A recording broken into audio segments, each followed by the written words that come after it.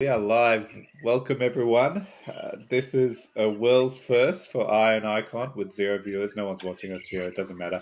Um, so we're gonna do a quick AMA I don't with see the YouTube. Oh, there it goes. yeah. Oh, there we go. Nine. Oh, We okay. got people. Sorry. We got Yeah. Brian Lee, a couple people. Good. Good. Welcome all. Oh yeah, that's right. I'm just in the wrong section. So today we're going to do something different. We're going to AMA with Geo, talk all about our favorite game that is coming on the Ice blockchain. I read through the last Which AMA. is There's a about gas lot. stations. Well, this is the problem, Geo. I was reading through the last AMA, and there was so many questions, and only one question mentioned gas stations. It's like you completely ignored the main theme of the game, which is gas stations. And the only question that asked at gas stations was if he could have a free one. Who? Oh, did he? Damn, he stole my idea. Okay, we'll come back to that. But so after we go through the AMA, I believe, Gio, in a private chat, you said you have some exclusives for me. So Just let's not lead some, with that. I guess, updates on technical stuff for the game. I guess that's the way to put it. Exclusives. I hear you loud and clear. Um, and then once that's Big done news. and Big wrapped news. up, exactly. When moon, there we go. So once that's done and wrapped up, me and Icongraph will go the old traditional route. Only we'll do it live. We'll run through the news. Anyone can ask questions. If Bearish Bull is listening, he can even request to chime in and do some charting live with us. But I haven't prepped anything with anyone, so. Yeah, that's a bit of a summary. But before we do it, Icongrapher, how are you today? I'm pretty good. How about I guess both you guys? Well, I'm okay. Geo, how are you feeling? Doing good.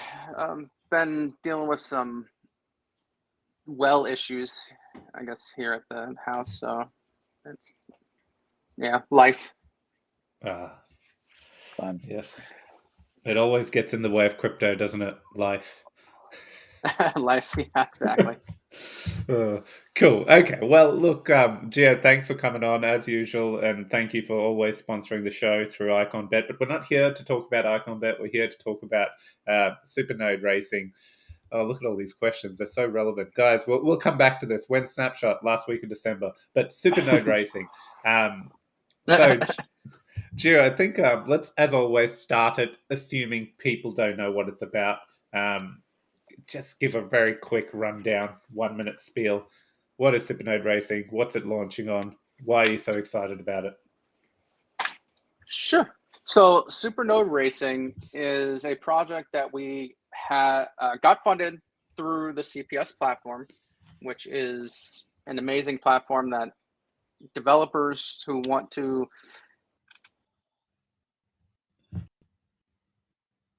Oh, lost you, Joe. Oh, Brian, my baby is a gas station. Congrats, are you there? I'm there. Can you hear me? Okay. Yeah. Geo, your line, it looks like your internet is gone. Oh, mine too. Must be the well. Yeah.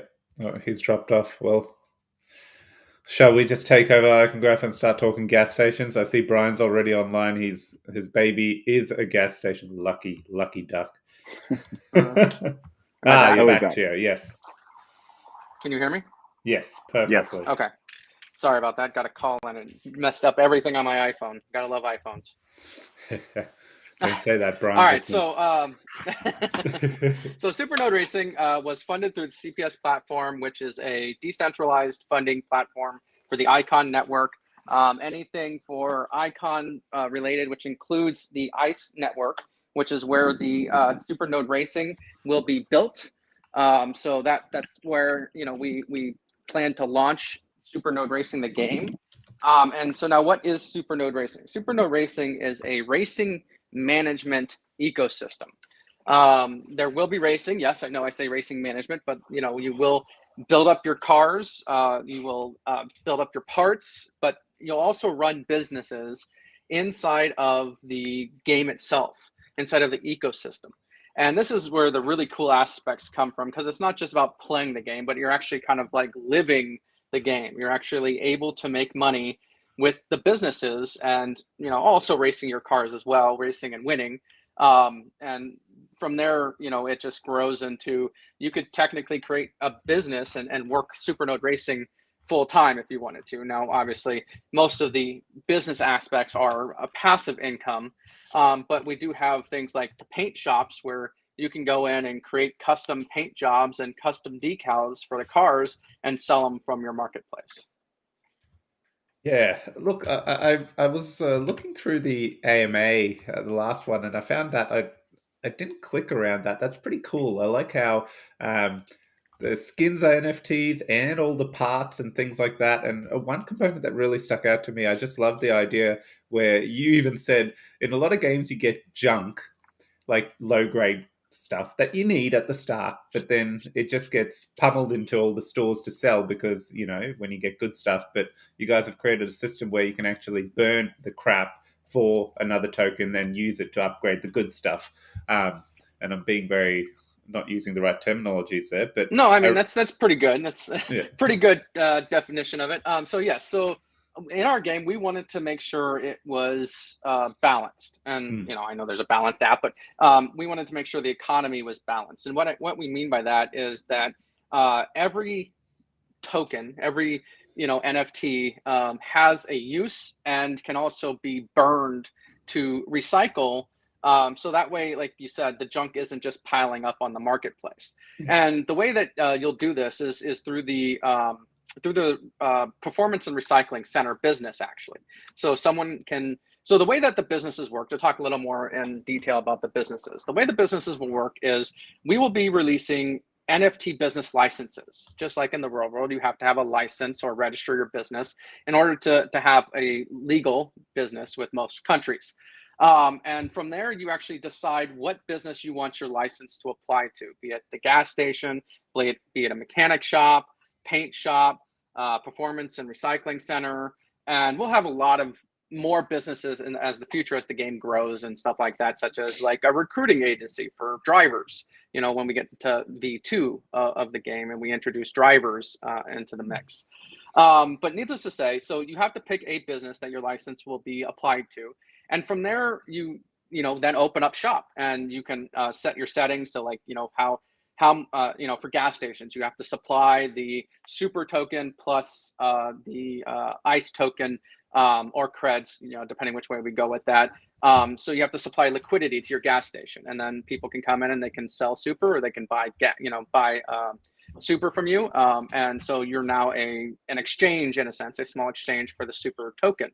And so then, on the mechanic shop, you set your prices for upgrading people's parts. You also get a random amount of parts from the system, from the game itself, every week that go into your shop, and you will get a percentage from the sales of those parts. How good those parts are will depend on what level your NFT business is. So, you have to continuously level up your business to stay competitive in this ecosystem. So go ahead real quick. So back to the performance and recycling center. Yes. So the point of that business is exactly what you were saying, where you can take your junk parts and either recycle them for wrench tokens, which are what will be used to upgrade your parts or upgrade your businesses. Or you can take them there and combine your junk parts in hopes for a better part from that combination. So we're combining different aspects from different games, but all of it has to do with, reusing and burning and all that kind of balancing act. So will it be almost like, you scrap it, burn it, or a fusion kind of mechanic where, you group a bunch of different parts together and hope a new part? Is it a bit of a trial and error in that process, or would you need to know what you're trying to build with the scrap? So it will be, you have to use the same level. So there's it was the same rarity. So there's level, rarity, and tier. The rarities are like common, uncommon, rare, epic, legendary, that kind of stuff. Yeah. And then there's tier, which is the in a sense, it's above rarity. So you have your tier 1 through 5, and it'll be Roman numeral, so 1 through V. and V5 being the highest tier, which will have the best stats. Then inside the tier, you have your rarities, where you have, common being the lowest stat and legendary being the highest stat. But then you also have levels, where you have, a certain number of levels for each rarity. So the goal is you have to have a certain amount of rarity. So say you want to go from a common to an uncommon. Well, then Yeah. you have to have, say, 5 or 10 common of the same rarity and the same tier to combine in hopes to get the next rarity for that same tier. Now, there is a bit of luck involved, so it could either be bust and you get just one item of the same rarity and tier that you had, or you could even get even better than one rarity or tier, what you were hoping to get. Yeah. Okay. So no, yeah, cool. it's kind of a mini, not really gambling, but a mini, like you said, fusion system with a bit of luck involved. Yeah. That's cool. No, love it. Okay. I can go for you got anything you want to say? Not specific to, I think we're all, most of us are fairly familiar with the how the game works and everything like that. So I think you answered a lot of kind of individual, more detailed questions, I guess, in the last AMA. I did have just a couple bigger picture questions. I don't know if we want to go into those now, or if there were other Do it. topics we wanted to hit on first. And just Um, before you dive in, everyone listening, you can ask questions as well, please. Go ahead. Yes, hence the AMA. So I guess since you've started and moving on this process, what were there challenges that you guys ran into as far as developing this game that you hadn't necessarily anticipated or thought of? And kind of, if so, what type of challenges have those been? So yes, with it being a video game mixed with the blockchain, there's always going to be some kind of challenge there, particularly because there's not a lot of video games that have blockchain connections yet. So doing it on Unity, and that's what we're doing it on. It will be a native app for mobile and a WebGL app for desktop. We've had to overcome a lot of the how do we make the game portion work with the chain itself. What aspects of the chain can we use? We didn't want to just have NFTs being just NFTs. We wanted the game portion itself to be run by the blockchain, the economy, the tokens, the racing, even the results of the races. So a lot of the hurdles came from how do we integrate a real world application with a blockchain based technology. Other than that, it's actually gone pretty smoothly in terms of a project. We've released some videos of our racing aspect already being demoed, where two cars race against each other and change positions, and I think it's really cool. And we have our first environment coming up. Our environmental video, so you'll be seeing the cars actually racing in one of our city builds here relatively shortly. So I mean, we have the artists working around the clock building new cars, new environmental assets, new images for the parts. So everything on that regard and that aspect is actually moving along pretty easily. From a technical developmental side, one of the coolest challenges that we faced and overcame was how do we make cars race against each other using the blockchain and AI, because really when you race two cars, you have to have some kind of artificial intelligence to drive those cars.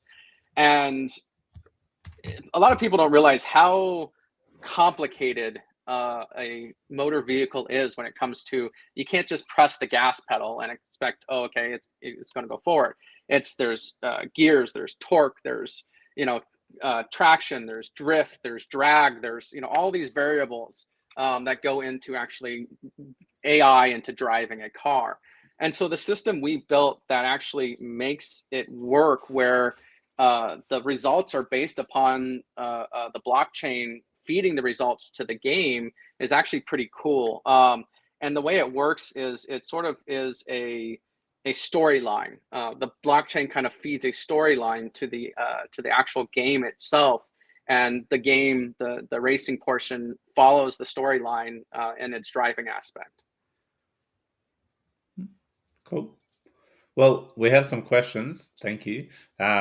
So, Digital Dave, I think a few of us know him. Will SuperNode Racing have a high entry barrier in terms of costs? So, for example, like if you look at Project Nebula, a minimum 100 ICX to get a ship. So the really cool thing, and this was something we actually wanted to talk about today because it's something we have been going over as well. This is, again, one of the challenges or hurdles we face is we don't want the barrier of entry to be anything. We want someone to be able to get a free car and be able to race it and start making, some tokens, and then eventually, if they race enough, be able to grow the tokens enough to either buy a shell of their own so they can start upgrading their own parts and that kind of stuff. So, and we decided and we worked it out that the way we're going to do this is there's a free shell NFT, and it's going to be a quote unquote like community NFT that anyone can use to race free races. And when you race that shell, it'll actually be you'll earn a very small amount of SuperNode tokens, of super gas tokens, excuse me. Not a lot, so you'll have to race a decent amount. You'll have to complete your weekly quests, your daily quests, that kind of stuff. So you will have to earn, you will still have to play it a bit to earn these super gas tokens. But once you get these tokens, you can, sell them to a gas station or, use them on your own car, eventually. But you'll be able to start earning super gas tokens without having to put any money into the game, just effort. Yep, that's good. That's very good. Yeah. I like now that. You won't have, of course, you won't have the cool car. You won't be able to upgrade your parts or any kind of that kind of stuff. But you will still be able to participate in the game, in the racing, and the economy in that sense. And so the goal is obviously eventually you'll build up enough to be able to buy one of maybe the cheaper shells, because each shell is going to have a rarity based upon its market cap. And obviously one of the shells that has the biggest market cap is the XRP shell. So there's going to be a lot of those shells out there.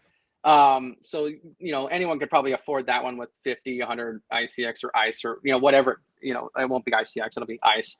But needs to say like $50, $100, whatever, it'll be a low barrier of entry into the actual customization of the shell. So you'll be able to play for free. You'll be able to earn SuperNode tokens for free.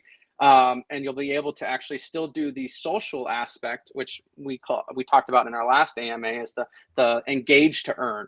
So the more social aspect you do, meaning sharing races, sharing screenshots, sharing posts, retweeting, that kind of stuff, you will also earn super gas tokens as well.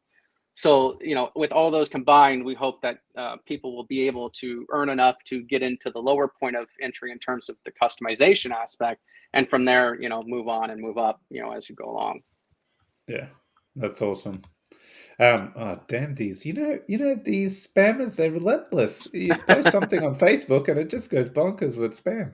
And no, you won't get free BTC, people. Don't fall for it. Okay, Are you sure? I want to click on that one. I really do. You know what, Gio? I think you should. I think you will be lucky, man. Come on. Look, Andy has a great question. He's actually put up a few. Thank you, Andy. So we have, can the racetrack venue stadium be owned? So not in V1, but the idea, we do like how in Delta Time, F1 Delta Time, that they have where you can own sections of tracks and all that kind of stuff. In V2 or maybe even V3, we actually want people to be able to build their own tracks and own those NFT tracks. And then people can race on them, and they can put up a prize money, and they have an entry fee and all that kind of stuff. So it kind of, again, it's all about the owning your own business in our ecosystem. Yeah, okay, that's awesome. I love the idea of building tracks, kind of then creating your own mini games, isn't it? If you like infinity and tracks, who knows, almost, obviously, the metaverse is the big thing, and we do want to try to see how we can get into that, but that won't always, be until V2 or V3 as well. Cool. Okay, Iconographer, I know you have another question. Oh, actually, Yeah. well, yeah.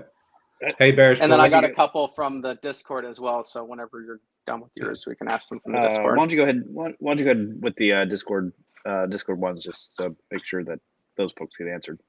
Okay, so one of them is what's the main differences to other racing games already built on running on the blockchain? Well, I talked about F1 Delta Time, and a lot of the racing games that are built on the blockchain, which there actually is not a lot of. There's I think about 3 or 4 big ones right now, and as funny as it is, I think 2 or 3 of them are owned by Animoca. They actually have F1 Delta Time, Rev, and another one that's like a motorcycle one. But they do the same thing they always do, is they just clone their stuff and put different graphics on it.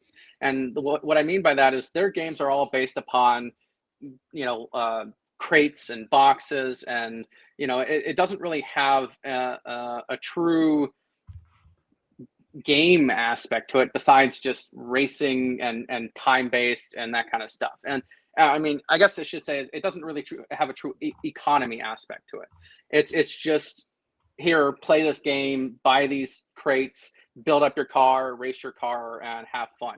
And that's great, and that's a video game for sure. But it's not an ecosystem. It's not a living entity. It's just literally, here's a fun game, spend money on it, which they have high barrier of entry as well, because you have to buy crates, you have to buy the cars, you have to buy all this kind of stuff. None of them are free. You don't get any free stuff with them. So that is some of the main differences between SuperNode Racing and the other games that have already been built on the blockchain. Cool.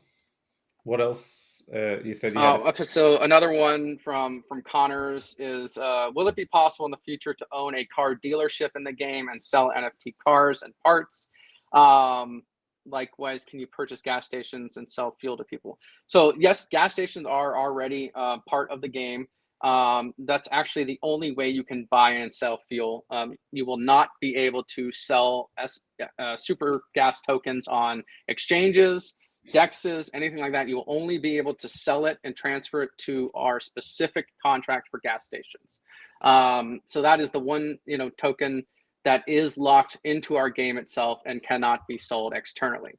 Wrench tokens and creds, those 2 tokens will they'll be unlocked tokens, meaning you can sell and trade them on dexes. You can transfer them between wallets, that kind of stuff. But super gas tokens we are locking down so that we can maintain and keep the economy balanced when it comes to the gas. Cool. Just changing it up. So, Andy, can we test cars against each other for fun? I mean, that technically is what the free car is. You can use it, and race against other people, race against NPCs, that kind of stuff. It's used, it's used to help people, test the game, try the game, see if they want to spend money on the game, because that's really the biggest thing that a lot of people have issue with is, hey, I really like this game. It looks really cool. I've seen videos of it, all this kind of stuff. But then they're like, well, I have to pay $100 to even get involved. Like, do I really want to do that? I don't know. Do I know anyone who can help me and let me play their game? So we want to take away that barrier of entry and just make it, here's a free car you can use to race, and you'll earn, super gas tokens when you race it, because everyone who creates an account has a wallet automatically created for them. And it's a shared custody wallet, so that way you don't have to sign every transaction. But the point is that, when you do race this free car, you'll get a very small amount of super gas put into this wallet. And then, like I said, you'll eventually earn enough to start selling it off to the gas stations to make creds and use those creds to buy the shells or parts or, otherwise. Yeah, well, that's cool. Another one from Andy is, will races have random crashes, engine faults, tire blowouts? So not in V1. V1, we want to make it fun, and I don't think crashing your car is ever a fun thing to experience. I mean, seeing your opponent crash is fun, but that's a different story. But really, with the AI and stuff, the races are going to be very dynamic in a sense of how cars will pass each other. I mean, you can go to our Discord channel, and I know Fez will put up the link for it and stuff, and go into the NFT leaks section. And the newest video actually has two cars that are racing against each other and passing each other on turns and straightaways and that kind of stuff. So it's very dynamic, and that's all AI. That's not player controlled at all. That's information being fed to it from the blockchain. Like I said, the storybook mode where the blockchain is telling the AI how to drive its car.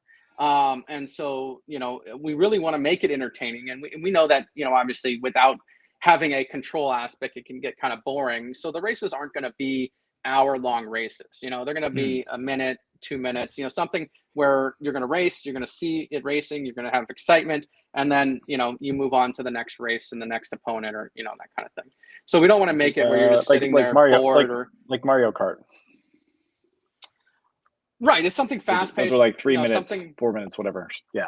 Right, exactly. Something fast-paced. We don't, again, there will be longer races for championships, for circuits, especially once we get into the V2 of the game, where you'll actually be able to team up with other racers, and you'll actually be able to have teams where you can, join teams, and then you race other, teams, and those will be called circuit races, and you'll be able to take your cars. So each track will, obviously you want each car you take with you to be able to race on certain tracks, such as street tracks, drag races, dirt tracks, that kind of stuff. You can't just use a single car for all those, because you'd fail. I know all of us have played racing games, on consoles and PCs and stuff. And if you try to take a drag racer to a dirt track, you're going to slide all over the place. So needless to say, you want to build up a team of cars, and to do that, you'll also join up with a team of people. So that way you don't have to own every single car for the race. And then you'll compete in championships, for really cool prizes.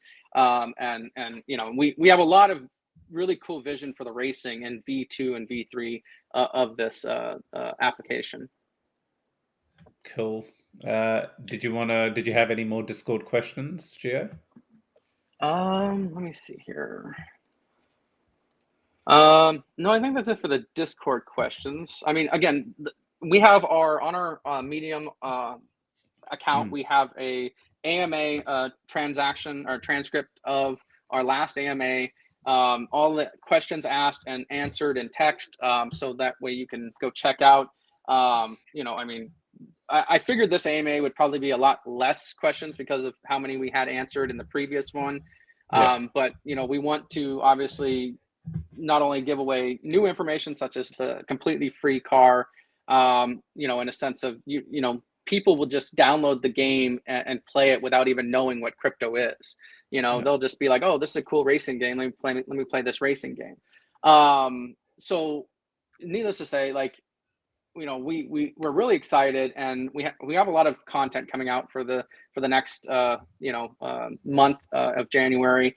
We're kind of really getting into the kind of the testing of the economy, testing of the real racing, of our environments and everything, where, the camera's going to be dynamic. Again, it's going to be very storybook based or story based racing, where, if you're going to get passed by a car, the camera angle will make it very dramatic, rather than just like always following the car from behind kind of thing. So it's going to be entertaining in that aspect of, if it's really close at the end, the camera angles are going to get really dramatic, and we'll probably even do with like some slow motion, finishes if it's such a really close race. That's one thing too, that we decided, is that you will have to, if you want to get rewarded, you will have to finish the race. And so this is a way to combat bots. And a lot of people had questions about bots in the last AMA. How do you combat bots? How do you combat people trying to abuse the systems, all that kind of stuff? Well, the way we do that is actually by the system, the game itself. You have to finish the race, which would then trigger a transaction from the admin wallet of the game, which will then say, hey, reward this person for finishing the race. So that way you can't just like start random races and close them out and, not finish them or not, go to the end and just keep like trying to cycle, races like that. Yep, no, that's good. I think I was just going to say, when you said dramatic and thing, I'm imagining Family Feud, Fast and Furious 9, the real story intertwined. Oh, I cannot wait, Gio. But Bearish Bull has a couple of questions. So one of them I can quickly answer. Will we be viewing a simulation of the race, or will you have control of the steering and throttle? So it is AI simulation, especially in version 1. But future version 2 or 3, did you say, Gio? I think at V3 is when you look to hopefully implement some kind of control. What else does he say? Do we have an FAQ section on the Discord or a place that acts as so? So is there, Gio? Have you got? There is no specific FAQ section, but there's a section for literally everything on the Discord. General talk, race talk, gas stations, mechanic shops, all that kind of stuff. Feel free to go in and ask specific questions towards each entity.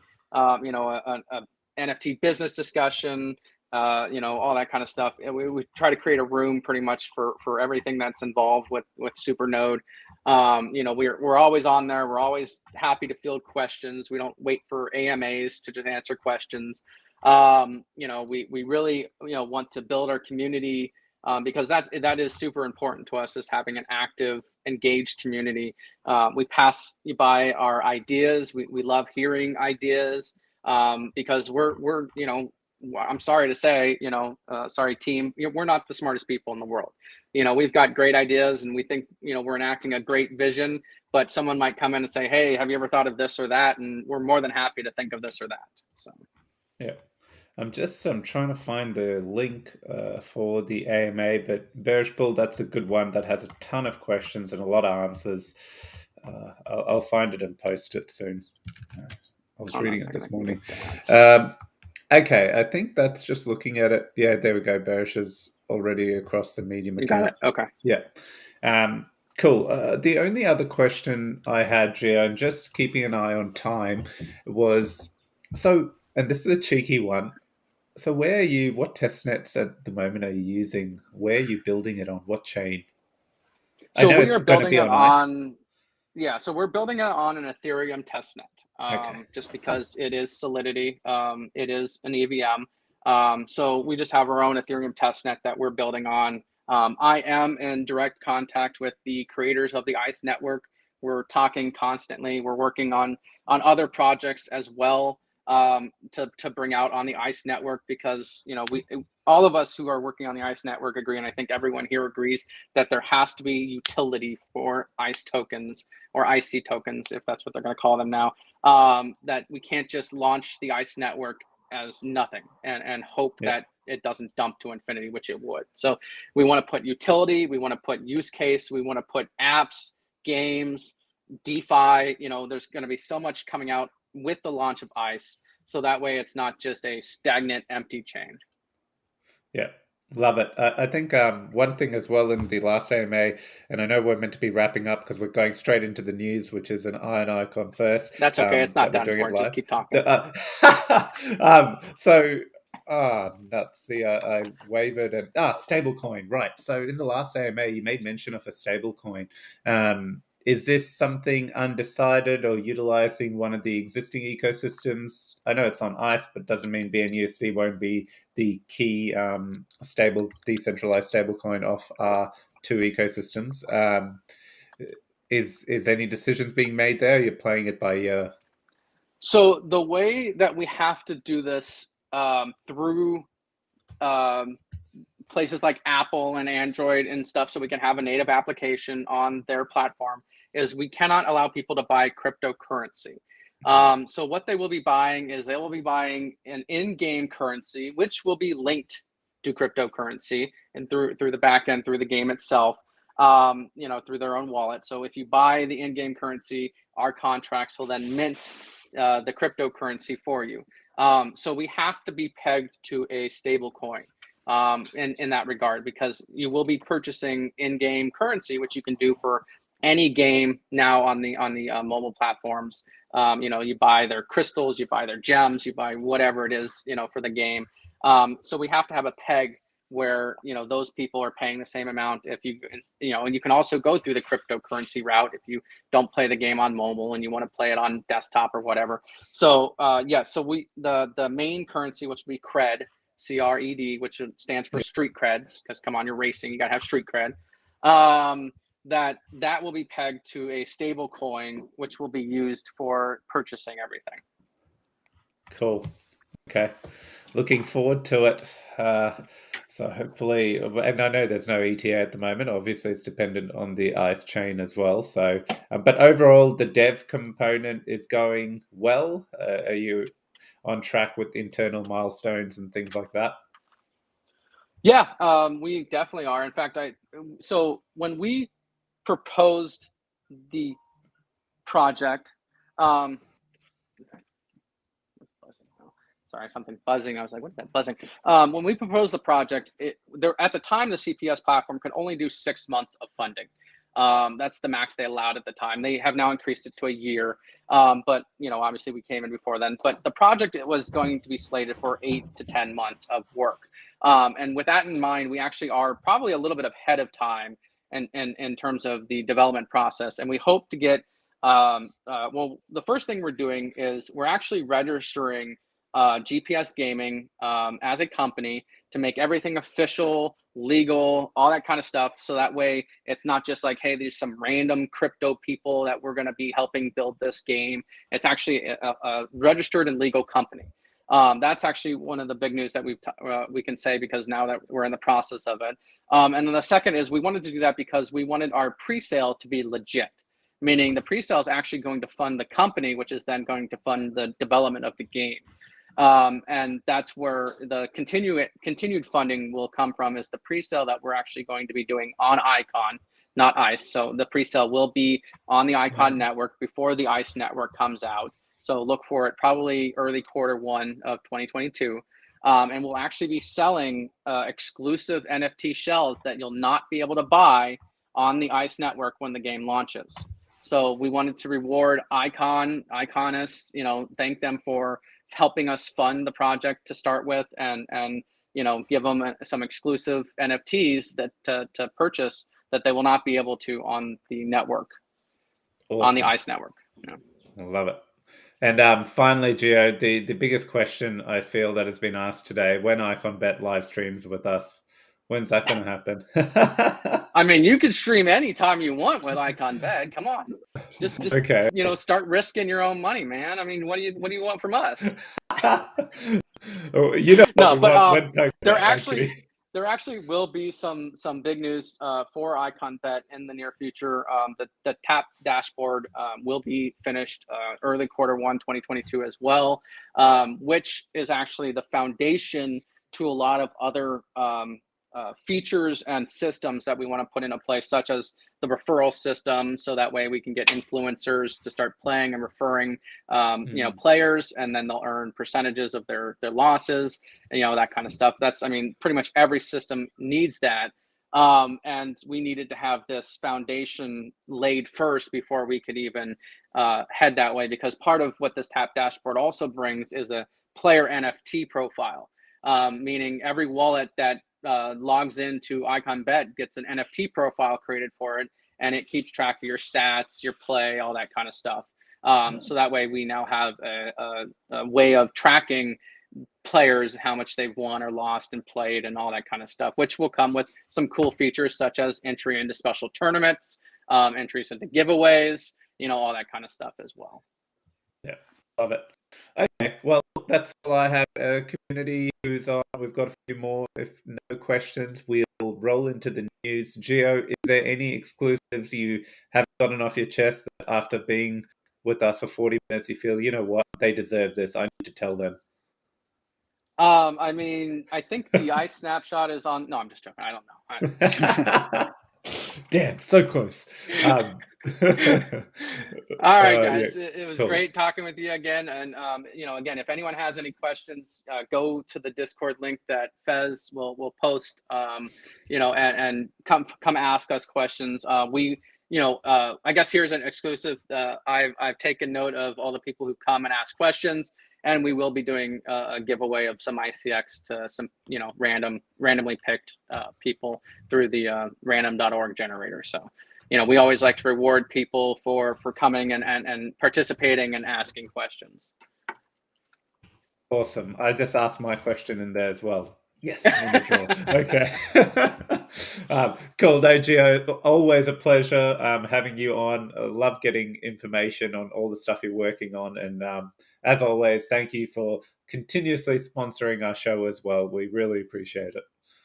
Yep, no problem, guys, and have a good time. I'm just trying to delay as much as possible, so you have to rush and keep talking. Okay. So it's not over. Everyone stay on now. Now we're just going to run through the news. Hopefully, we'll keep an eye on the chat as well, and you can ask questions, get involved. Just keep in mind we've got a hard stop. Graph, what time do we got to stop at? In like 50 minutes. What's the time? Yeah, should be plenty. Okay. Hopefully, plenty of time.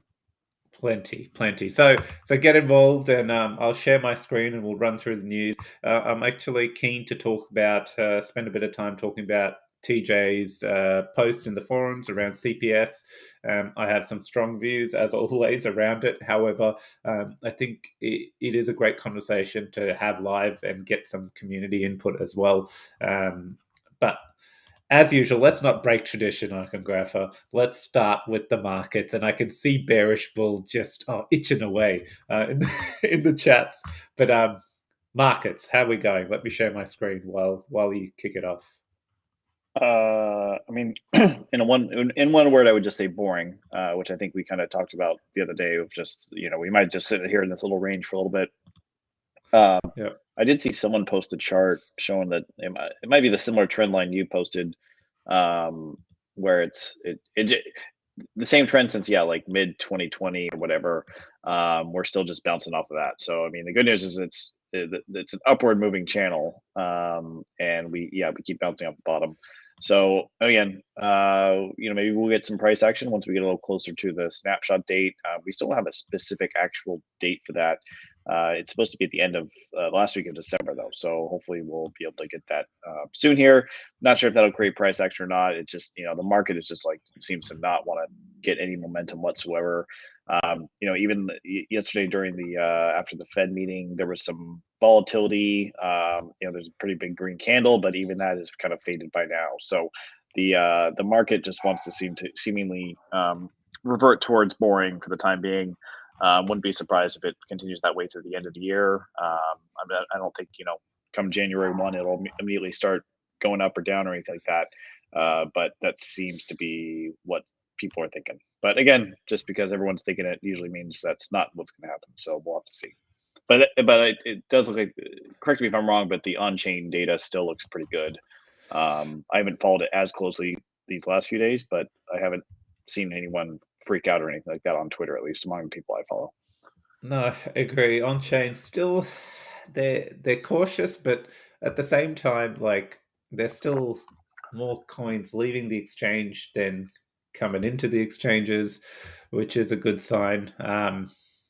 Yeah, I think it was the exchange inflows were at an all-time low or something like that, or at least over a recent all-time or recent low or something like that over the last few years.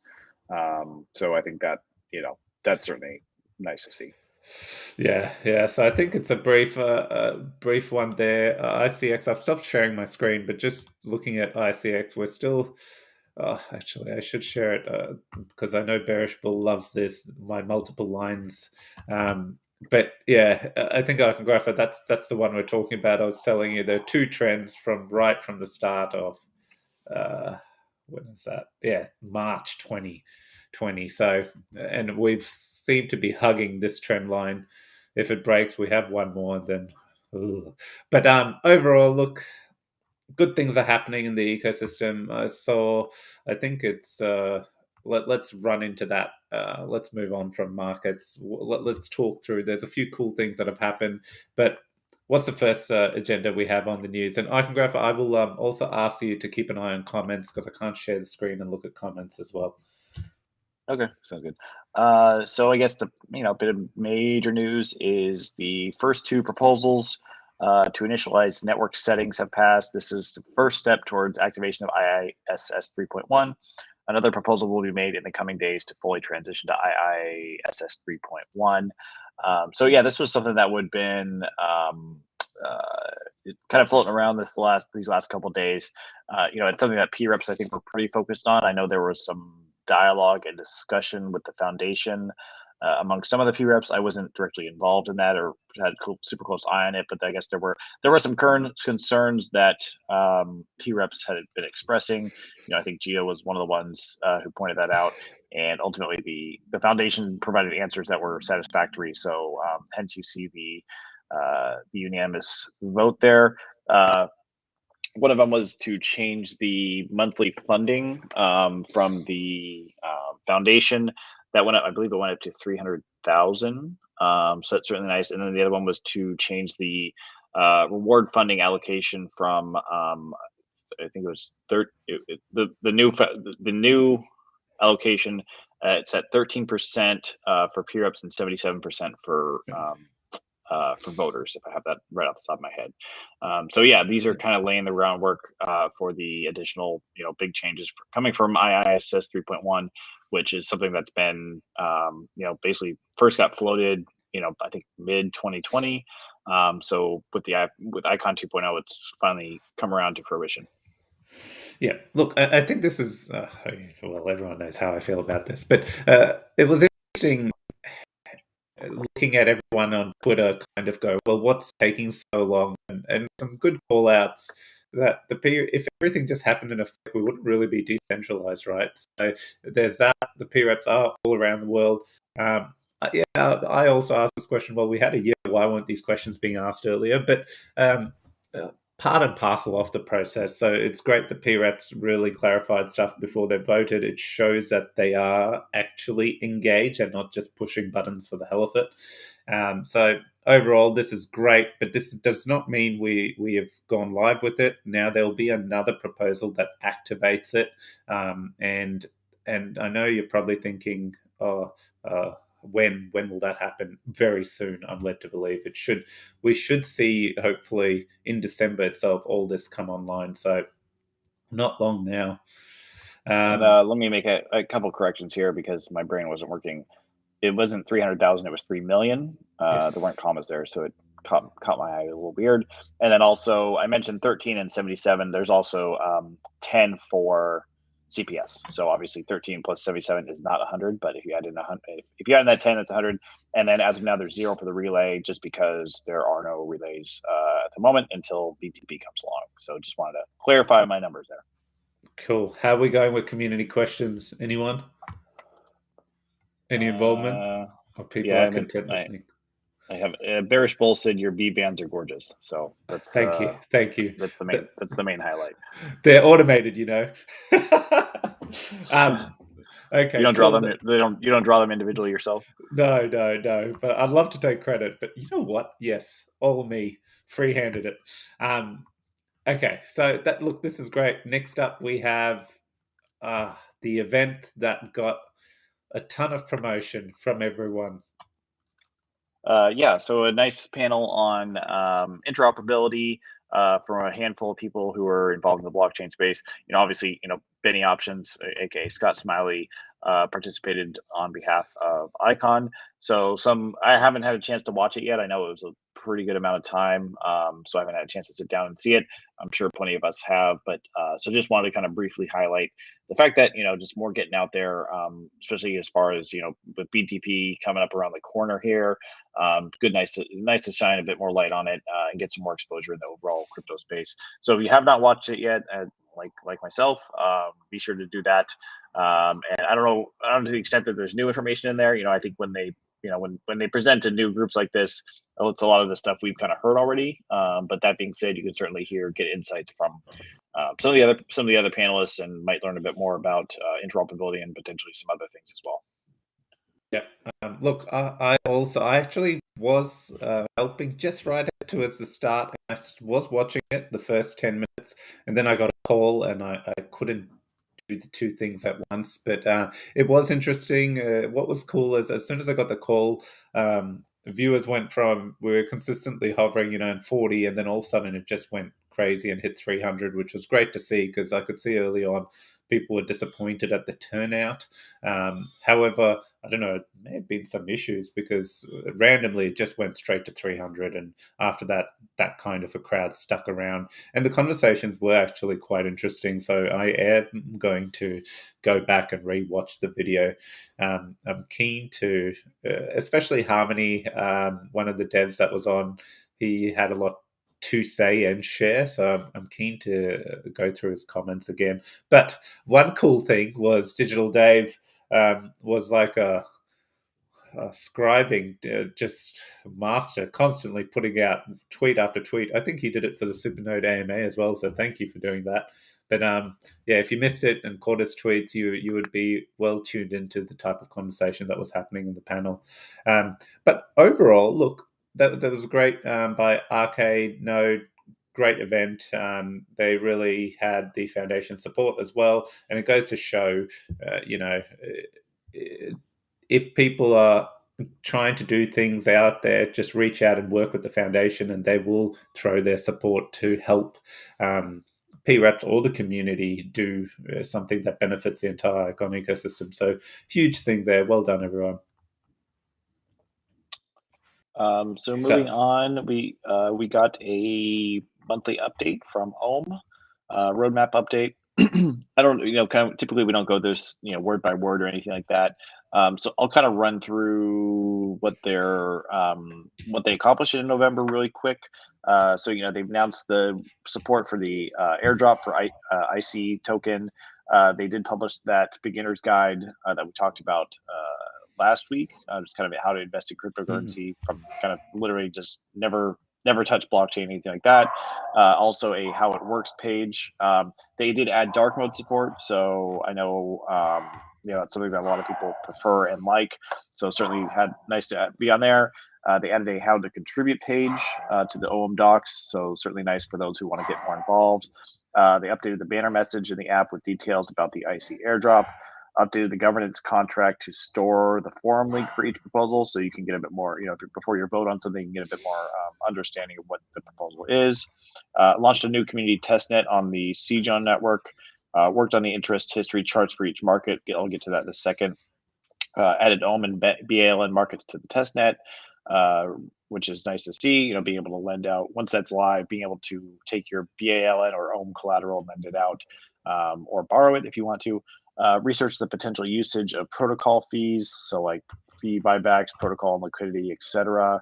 And then also research Curve and boosted BALN to evaluate potential token economic advancements. So I assume that's related to like the BALN mechanism that's being built on Balanced. So whether if it makes sense to implement the same sort of locking mechanism. So there's a few more updates in there. I think the one I kind of want to highlight the most is the upcoming feature with the interest history charts. They included a little screenshot tease here toward the bottom of the article. Basically kind of shows, there's BALN has the price history, obviously, or Balanced has the price history, obviously, for the OM tokens, but also every other token. So not really, doesn't make a whole lot of sense to include that, but it does include the kind of historical, what the rates and returns have been for each token. So that way you can see like, oh, wow, they're really high right now relative to where they've been in the past, or, oh, they're really low right now relative to where they've been in the past. So just nice to get a bit more historical sense of what exactly the rates have been over time. And as always with everything OM, it looks really good. It looks like a nice little kind of user interface upgrade. So certainly something to be looking forward to. And then just some targets for December. They want to finish and release those charts. They also have to obviously prepare for the IC snapshot. They want to begin work on an OM stats page. I think that'll be nice, especially if it's similar to what Balanced has done. Work on mobile optimization, enhance the blog design, enhance the forum design, continue to research the potential usage of protocol fees, and continue to research potential improvements in token economics. So obviously a busy month and in potentially even busier moving forward, but nice to see them continue to improve the product and the kind of the environment surrounding the product as well, as far as kind of their blogs and other marketing materials and things like that. So good work by the Ohm team of contributors. Yeah. No, look, nothing more to add. I think it's going strong. I was quite vocal about the protocol-owned liquidity piece. I think it's also steps in the right direction. I'm going to keep getting on the emission bandwagon. But overall, I don't know, did we cover the Monk's proposal, Iconographer, like what they were planning to do? I don't think we did. No. Okay. So just some context. So, part of the Ohm, they set up monks, which is people who help out in the community. I believe Iconographer, you're a monk as well, aren't you? Yeah, I'm Yeah. not as active certainly as some of the other ones, but yes, I technically have that Yeah. that role. Yeah. So Arush is very active there, and being also the community Icon community Discord mod member. Yeah.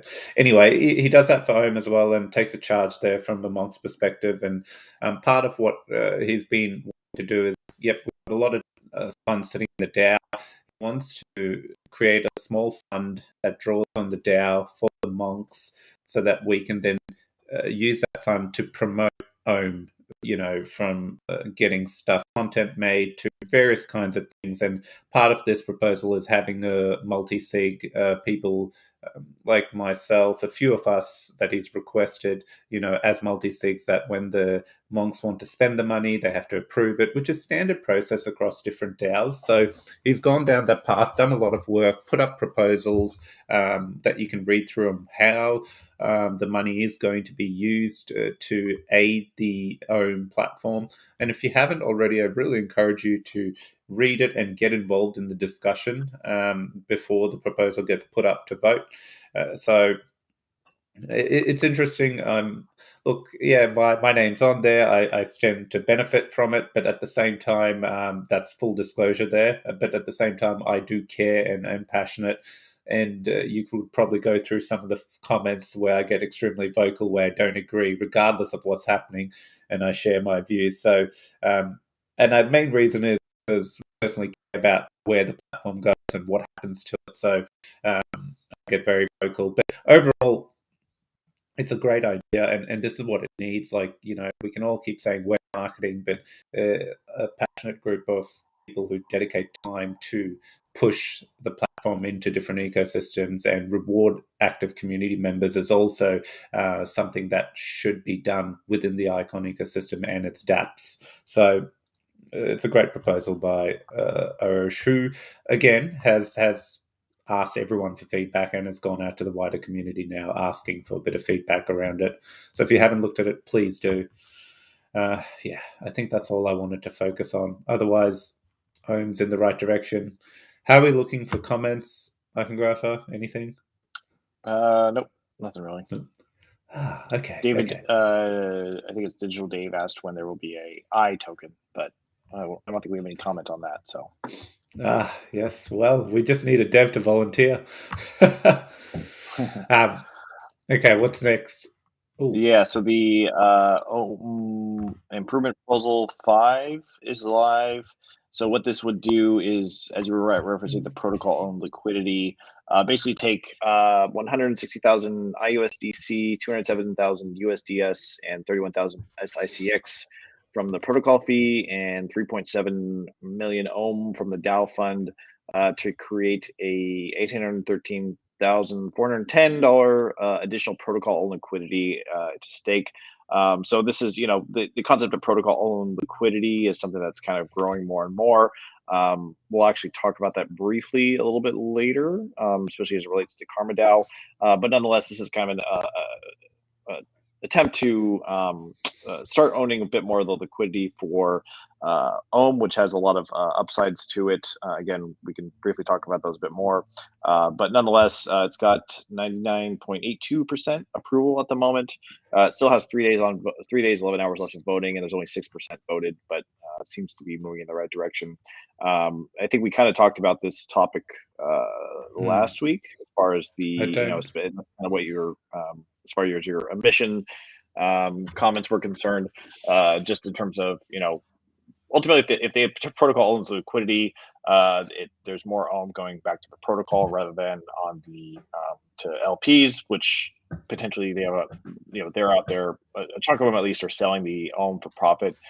So this kind of is an attempt to help kind of stabilize that by keeping more Ohm in house and presumably back in the DAO as well. Yeah, look, sorry, I didn't realize that link wasn't hyperlinked, so I didn't load it up. Apologies. But yeah, I don't know. I'm for it. I'm a big supporter of the protocol owned liquidity. It will make a difference, but um, uh, just again, I come back to I feel emissions for Ohm is just too high, and even that, I wonder how much of an impact it will have overall. But it's good. It's good that it's happening. What else?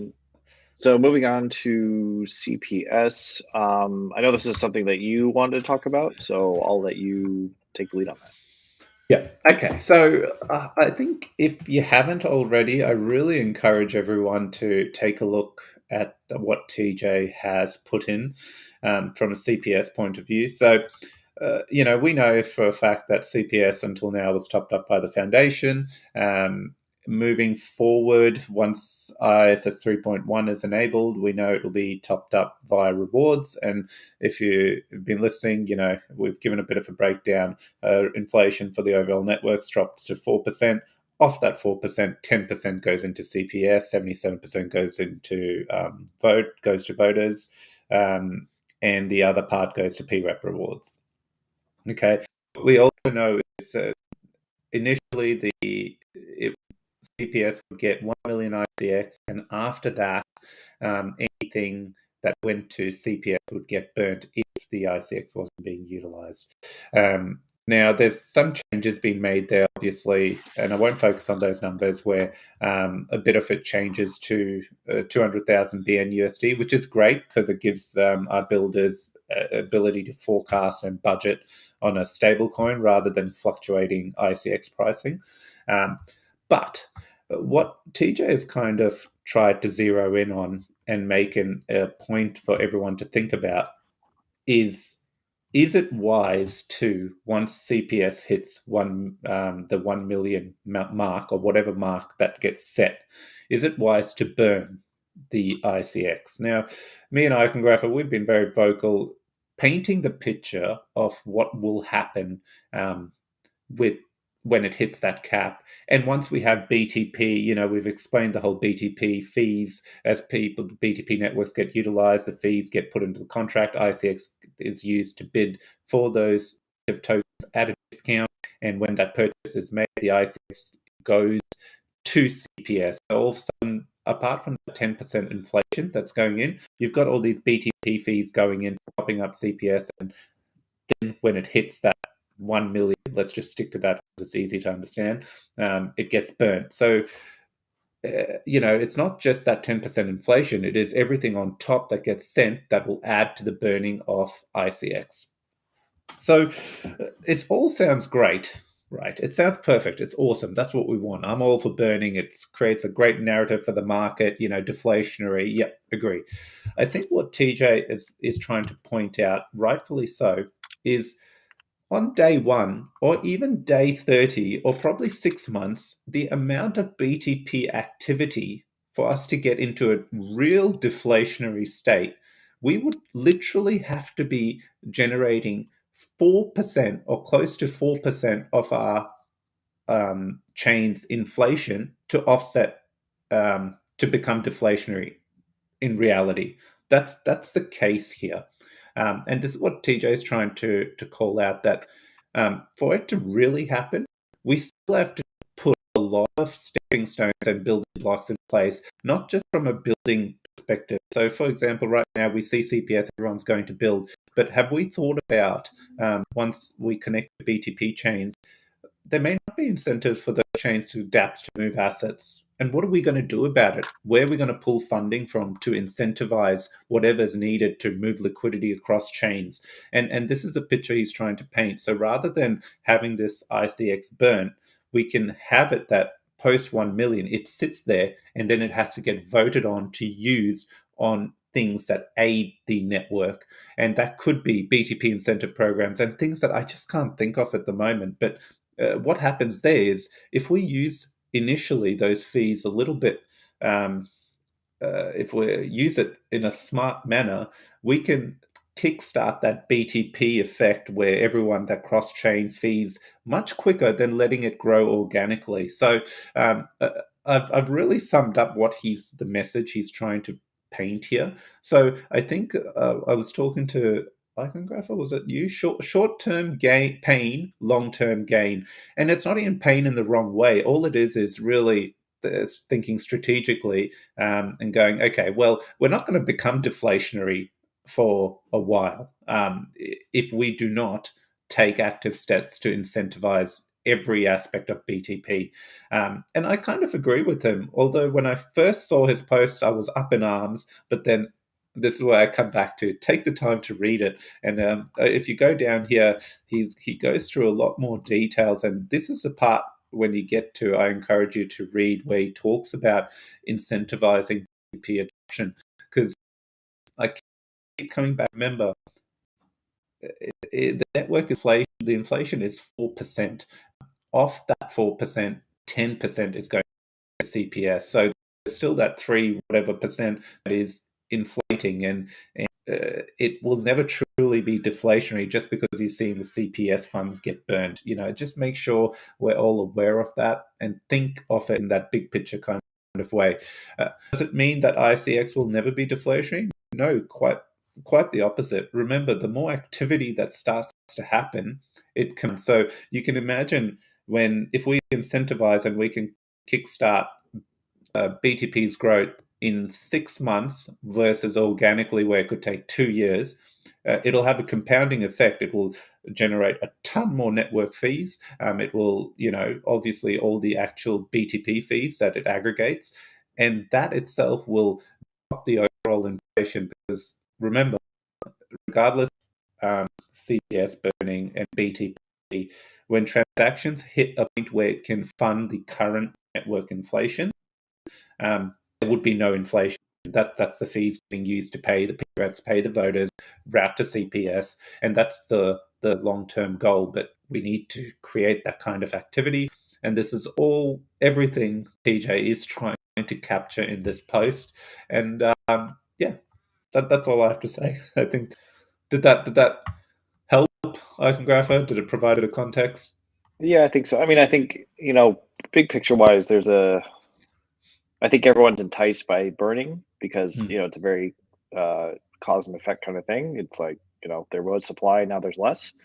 But I've, from time to time, I see a reasonably compelling argument that a burn, as much as people think it's a bullish activity, is actually potentially bearish because it sends a signal that basically, hey, this project has this capital, and rather they couldn't think of literally anything to do with it, so they thought the best and highest use to do with this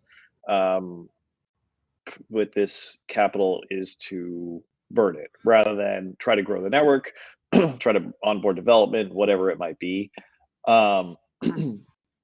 And so I think, that's kind of the way I kind of go back and forth on that. I think it's one of those things that, I think burning can actually, just a mathematical effect be helpful. Go look at, what the impact on, say, like the Terra environment is.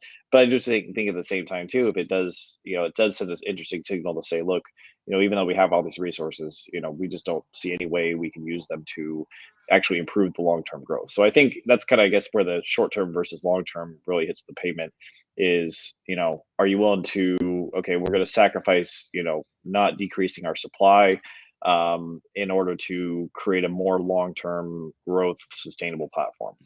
So I think that's kind of, something that I think about a lot, and hopefully others do as well. Yeah. And like a great, think of it this way. At the moment where I come back to this look at the CPS, we saw Wonderland, Karma DAO last round was brilliant. Okay. But there's still applications being built. Now look at once BTP goes live with Harmony have a game, DeFi Kingdoms, that is all the rage, and it's been a rage for a few months now. It's a well implemented gamification of DeFi. Now, uh, I think we'll start to see, well, how can we start making BTP more appealing to everyone within our ecosystem and Harmony's ecosystem? How can we incentivize? Could we work with DeFi kingdoms to create an incentive program for one of their liquidity pools? Okay. Where's that going to come from? That's not going to come from the PREPs and things like that. It would have to come from CPS. The foundation can't keep dishing out, node rewards for everything, or those funds just won't be enough. So in context, when we start thinking like that and going, okay, what if we could offer a grant to DeFi kingdoms to also create something on Icon and use BTP in a certain way? All of a sudden, we can start to see in a couple of months CPS may be called on for much larger amounts of funds to enable us. And we don't want to find ourselves in the situation that we've burned, we've got some killer stuff that we could have done. But unfortunately, CPS hit 1 million and we burnt the next 1.5 million ICX because, it hasn't deflated the network overall at all. In fact, it's hindered us from possible opportunities to enhance our ecosystem. Finally, just to cap this off, remember everyone, this is not a permanent thing. It is very short term because as all these pieces come into place, it will start have the effect that everyone actually wants, which is that deflationary effect. And in the good way, as Iconographer said, there's nothing better than network activity leading to deflation rather than surplus inflation being burnt. Yeah, so you could say I've changed, but I haven't. I've personally, all I've always wanted is more builders, more creation on Icon, and with BTP, the flagship product, going live, it should enable a new wave of builders and creators. But we need to have the funding to incentivize. It can't just be what are you building on Icon. It needs to become broader and bigger. Okay. I think that's good. Any questions? I haven't seen. I'm scared to click on the link. It then does the infinite matrix windows. Oh yeah. No relevant questions here. So also on the CPS note, TJ did post, as he said, a less controversial proposal. Basically wanted to, I guess the main goal I'm reading was quote here. Main goal for these improvements are to remove barriers of entry for external developers, improve the quality of proposals submitted, and improve the overall user experience for developers, PREPs, and community members. So basically kind of changing some of the user interface aspects. So basically, the header, need to place it to show the treasury balances and which period it is, a dashboard to display information to users logged in with the wallet, request for proposals. So this is technically off-chain, but a place for the community to place requests for what types of projects they think the Icon ecosystem needs. Certainly a nice thing for people, who maybe have ideas but don't necessarily have the wherewithal to execute them, be able to just kind of toss them out there and see if someone else wants to pick them up. And then a few other things. He's got about 10 different, 9 different suggestions here. We'll need to go into all of them right now in detail, but certainly give it a look see, and certainly weigh in on the discussion. I think it's nice to, it's a nice step toward further, progressing the CPS in a more helpful way that hopefully can make it easier to use and more practical to use, and expand its ability to get projects funded. Yeah, no improvement. I haven't. This just came out today. I haven't had time to look through it, but you gave me a quick overview. Much needed. Keep building it out. Yep, good stuff. What else have we got?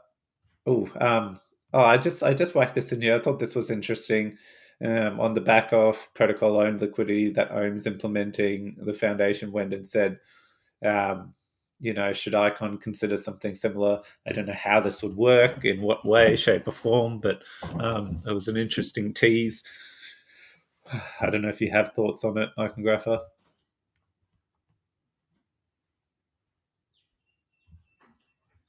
I was about to say, so also on the CPS, so Karma DAO got approved for CPS funding, as did Wonderland. I'm not going to speak a whole lot on Wonderland. We did talk about it briefly when it first came along. I imagine down the road we'll do interactions with their team to get more sense of that. Basically, another NFT gaming platform. But as far as Karma DAO is concerned, just a few hours ago, I did publish a new chapter for the Icon DeFi guide, which I think most of the community is pretty familiar with. Basically, dives into basically Karma DAO, which is modeled after Olympus DAO, and I guess more specifically Olympus Pro. What it is, it really does revolve around this new idea of protocol-owned liquidity. Basically allows the actual, right now protocols essentially have to rent their liquidity from liquidity providers. So, you or I can go in there and dump some liquidity in there, and we get paid with the reward tokens. But at any given point, we can just decide to leave, which is a problem because, we've kind of seen this play out where with yield farming, people will have a chunk of capital. As soon as a new platform launches, they'll dump their liquidity in there. They'll reap the rewards for a few hours. And then as soon as the rewards start to tail off, they'll take their liquidity and go somewhere else. So obviously, that has some ramifications. And so the idea of the protocol being able to actually generate, or I'm sorry, not generate, but own its own liquidity is something that people realize has a lot of upside to it. And there's mechanisms that have been put into place via Olympus Pro and now potentially via Karma DAO on Icon that will allow it to happen. So it'll take a little bit longer to explain, but what I would just recommend you do is go and read the actual article. It's not super long, I don't think, but as always, I try to write in a way that pretty much anyone can hopefully understand, at least someone with a kind of a working grasp of DeFi, which again, I think everyone probably listening has interacted with it in some way, shape, or form. So if you haven't had a chance to read that yet and are curious what Karma DAO is, and if you've heard Olympus, which I imagine you probably have by now, it helps kind of explain what that does and how Karma is modeled after that in a way it could potentially help out some of the protocols like Balanced and Ohm and the other ones launching in the near future. Yeah. I woke up to the article. I actually can't wait to look through it. And so we did, and especially that we caught up with Karma DAO, and everyone knows I'm so pro it. So looking forward to reading the article, like Rafa. I think that was the only other thing that came out today that we quickly wanted to cover was Balanced did put through an update saying that they've identified some bugs in the continuous rewards code, and they're looking, they're running more tests to increase confidence in the upgrade. So they've just called that out today, and wait a little longer. What does it matter? Rather have it now than on mainnet something go wrong. So, given there is a lot of money in the protocol, so great work for the team keeping us updated. Okay, I think that's the news, isn't it? Yeah, I think so. Cool. Okay. Well, I think let's thank you everyone who stayed on. We had people stay right towards the end. That's great. We'll get this episode uploaded as well to all the streaming platforms for everyone who missed it. But as always, not financial advice. All the same stuff. Make sure you invest your own. We're just two guys giving you the latest and greatest across the Icon ecosystem. As always, like, share, subscribe, the usual. Thank you everyone for watching. See ya. Bye.